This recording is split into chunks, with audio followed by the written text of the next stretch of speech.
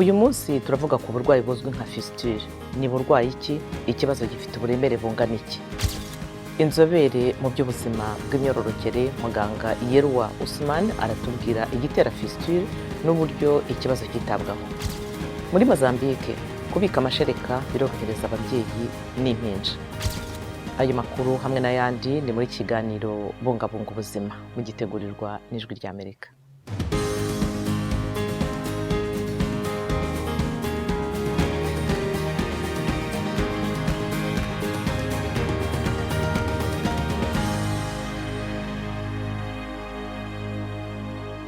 Ndabaramukije ndi Eugenia Mukankusi mbashimiye ko muri kumwe natwe muri kiganiro Bungabunga Ubuzima.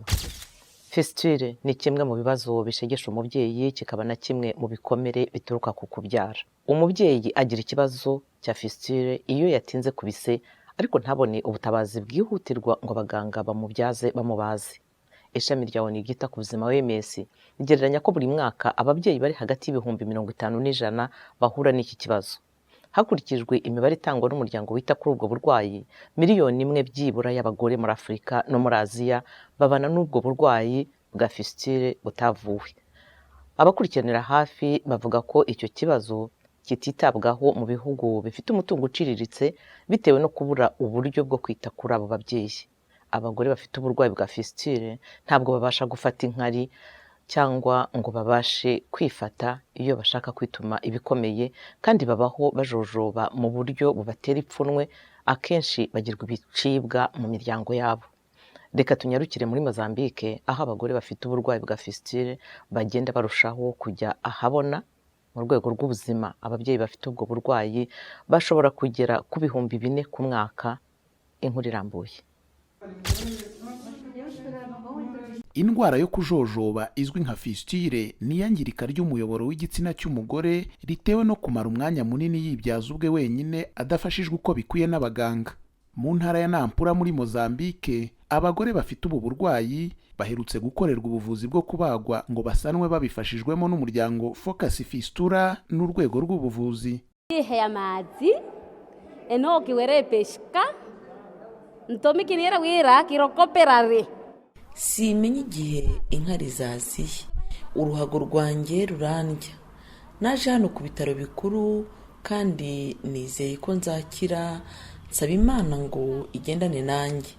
Ntuye muri Beira, naje hano kubera ko ubukangurambaga bwatangiye.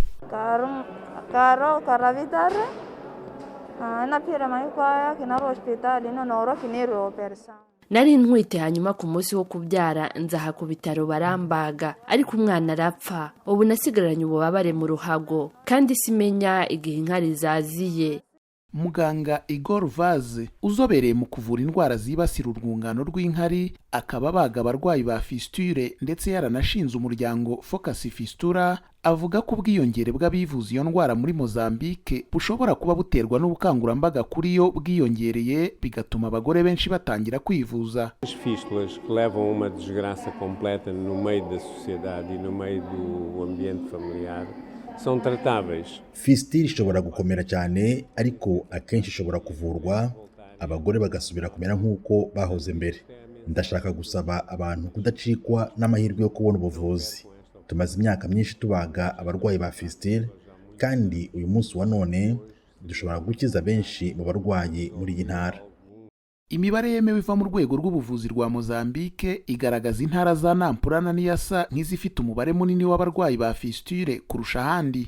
Ikirenze ku buribwe n'igikomere abo baba baratewe no kubyara, bamwe mu bagore banapfusha abana babo mu gihe cyo kwibaruka, ndetse bamwe muri bo aha bavuga ko bahita birukanwa n'abo bashakanye bakanahabwa akato mu muryango. Muganga Yerwa Usman ni impuguke mu bijyanye n'ubuzima bw'imyororokere ku bitaro Maitama Abuja muri Nigeria. Aratubwira ibindi ku bijyanye na Fistule n'ikirimo gukorwa kuri iyi ndwara. There are different types of fistulas. We have depending on the location. Hari amoko anyuranye y'indwara ya Fistule bitewe n'aho yafashe. ubwoko bwa mbere ni ubuterwa n'ifunguka cyangwa iyangirika hagati y'umuyoboro usohora umwanda ukomeye ndetse n'umubiri wegereye aho umwanda ukomeye usohokera. Ubwoko bwa kabiri bufatira hagati y'uruhago na nyababyeyi. Ubwa gatatu bubera hagati y'uruhago n'umuyoboro w'igitsina. Hari n'ubundi bwoko bubera hagati y'impera y'urura runini n'igitsina. Ushobora kandi kurwara fistule cyangwa se ifunguka ridasanzwe ku bindi bice by'umubiri nko hagati y'urura n'uruhu. Ubwoko bukunze kugaragara muri Afurika ni fistule yo mu kwibaruka. Iba bitewe n'igikomere cyo mu kubyara. Ishobora no guterwa n'ihohoterwa nko gusambanywa ku ngufu. Fistule yo mu kwibaruka ni fistule iza mu gihe cyo kubyara umwana bitewe no kumara umwanya munini ku nda, umubyeyi ntafashwe mu gihe gikwiye nk'uko biteganywa muri gahunda z'ubuvuzi bwihutirwa. Abari mu kaga ko kwibasirwa nayo ni abagore n'abakobwa batabona serivisi nziza zizewe z'ubuvuzi, kandi n'iki kibazo cyo gushyingiranwa imburagihe ni ikintu gikomeye cyane gikwiye kuganirwaho. Urabona, imirire ni ingenzi cyane mu mikurire y'umubiri. Rero niba umukobwa ashyingiwe adakuze bihagije, umubiri we, amayasha ye atarakomera, byatera akaga kenshi ko kuyirwara. Mu kuyivura, uburyo bwo gusana binyuze mu kubaga buraboneka. Ubanza guhabwa ubuvuzi budasaba kubagwa, hanyuma ukabagwa, kandi bisaba ko ugomba gukurikiranwa ukitabwaho cyane, kubera ko akenshi abarwayi ba fistule batabwa n'abagabo babo, bikaba byabatera indwara y'agahinda gakabije. Turebe noneho ibijyanye n'ingaruka zishoboka za zimwe mu nkingo za COVID-19. Turibanda ku rukingo rw'isosiyete Johnson & Johnson n'urw'isosiyete AstraZeneca, amasosiyete akoresha tekinoloji ijya gusa mu gukora inkingo zo guhangana na virusi ya corona itera COVID-19. Ku bijyanye n'ingaruka zishobora guturuka ku nkingo, abashinzwe ubuzima muri Afurika y'Epfo batanze amakuru arebana n'impfu ku bantu bahawe urukingo rw'isosiyete Johnson & Johnson rwa COVID-19.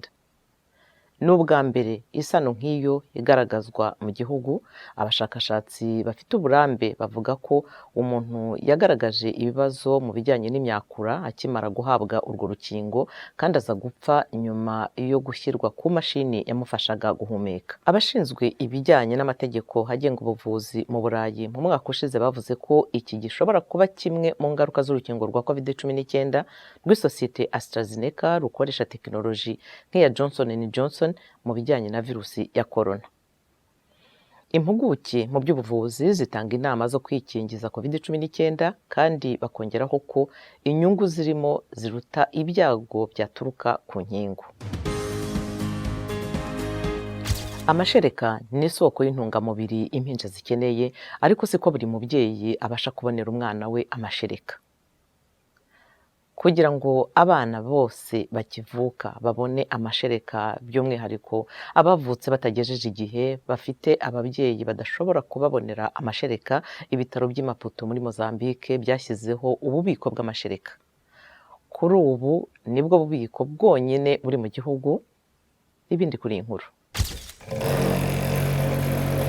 Aha ni ahantu kwitangira abandi utizigama biba impamo. Abagore benshi bonsa baza hano gutanga amashereka yabo, isoko y'ingenzi y'intungamubiri ku bana bakivuka. Aha ku bitaro bikuru bya Maputo niho hantu honyine hambere hari ububiko bw'amashereka muri Mozambique, bwashinzwe mu rwego rwo gukemura ikibazo cy'ibura ry'amashereka ku bana bavutse batarageza igihe.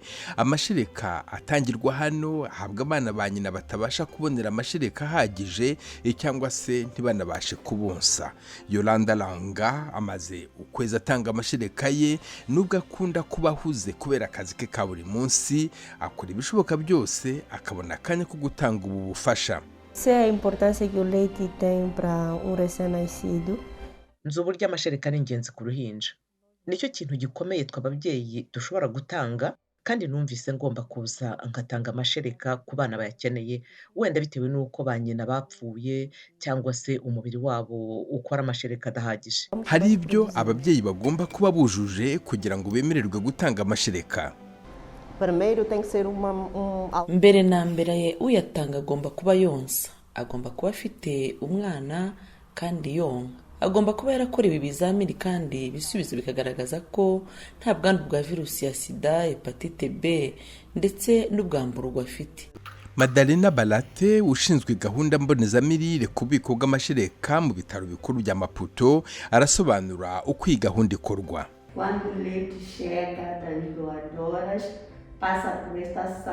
Amashereka ageze ahavuye ku bayatanze tuyashira muri iki cyumba aho kuyasukurira bikorerwa. Kuyasukura no kuvanamo udukoko twose dushobora guhumanya binyuze mu kuyacanira ku bushyuhe bwa °C (62.5) mu gihe cy'iminota 45. Mu gihe cy'icyorezo cya coronavirus gutanga amashereka byaragabanutse kubera ko ababyeyi bari bafite ubwoba bwo kujya ku bitaro, hatangizwa gahunda yo kubasanga mu ngo zabo. No lugar das doadoras virem até aqui ao banco de leite para aho kugira ngo abayatanga baze aha ku bubiko, twe tujya mu ngo zabo dukora ingengabihe tugendeye ku bihe babonekera, hanyuma tukajyayo ku gihe cyagenwe tugafata amashereka. Ubuyobozi bw'ububiko bw'amashereka mu bitaro bikuru bya Maputo buvuga ko ku mpuzandengo hakusanywa hafi litiro 25 z'amashereka buri kwezi. Isosiyete igitangira muri Ghana irimo gushyira ingufu mu bijyanye n'ubushakashatsi kuri kanseri, irushaho gushyiramo abanyafurika n'abirabura bo muri Amerika kugira ngo bizafashe mu buvuzi bwa kanseri. Ishami rya ONU ryita ku buzima OMS rivuga ko 70% by'impfu zituruka kuri kanseri zibera mu bihugu bifite umutungo muke n'uciriritse. Twerekeze muri laboratoire z'igihugu cya Ghana turusheho gusobanukirwa. Yemachi Biotech ni ikigo cy'ubushakashatsi ku ndwara kigitangira iyakara muri Ghana, aho Agapo akorera ndetse avuga ko yizera ko iyi laboratoire ishobora guhindura ibijyanye n'ubushakashatsi kuri za kanseri bukorerwa muri Afurika. Even though breast cancer has been studied extensively throughout the world, the truth is that nubwo kanseri y'ibere imaze gukorwaho ubushakashatsi bwagutse hirya no hino ku isi, ukuri nuko bwinshi mu bushakashatsi butakorewe muri Afurika. Iyo witegereje buri bushakashatsi bukorwa hirya no hino ku isi, ni buke cyane muri bwo bukorwa n'Abanyafurika. Biragoye kubona no gukusanya imibare ya nyayo kuri kanseri muri Afurika, ariko ubushakashatsi bwa Minisiteri y'Ubuzima ya Leta Zunze Ubumwe za Amerika bugaragaza ko 2% bw'abakorerwaho ubushakashatsi bw'uturemangingo fatizo ari bo bonyine bafite inkomoko muri Afurika. The reason Yamachi is focused on cancer is partly because no one else is looking at cancer in Africa. Impamvu Yemachi iri kwibanda kuri kanseri ku ruhande rumwe nuko nta kindi kigo kirimo kwiga kuri kanseri muri Afurika. Ubushakashatsi bwose cyangwa hafi ya bwose buribanda ku ndwara zandura.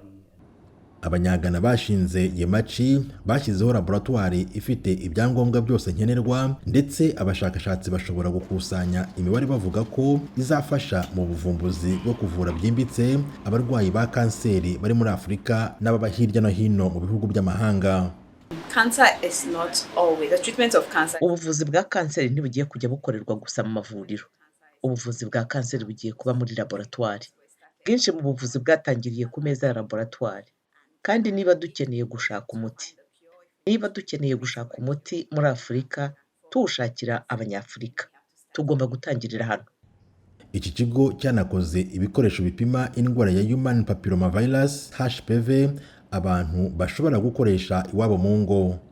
Ubushakashatsi bugaragaza ko ubwandu bw'indwara nka HPV bwongera ibyago byo kurwara kanseri y'umwijima n'iy'inkondo y'umura. Umuryango ushinzwe kurwanya indwara za kanseri muri Amerika ugereranya ko hejuru ya 1/3 cy'impfu zitewe na kanseri y'inkondo y'umura zibera muri Afurika. Naha dusoreje ikiganiro cyacu cy'uyu munsi. Ku yandi makuru yerekeye ubuzima n'inama zabafasha kubaho neza hamwe n'ibigezweho mu buvuzi, mwegerejwe ry'Amerika kuri @Radiyoyacu.com. Mwadusanga no kuri Instagram, YouTube, Kurikira na Facebook wa Radiyoyacu. Naho utaha kandi mukore ku buryo umunsi wanyu wari wo wose uba uw'ubuzima buzira umuze.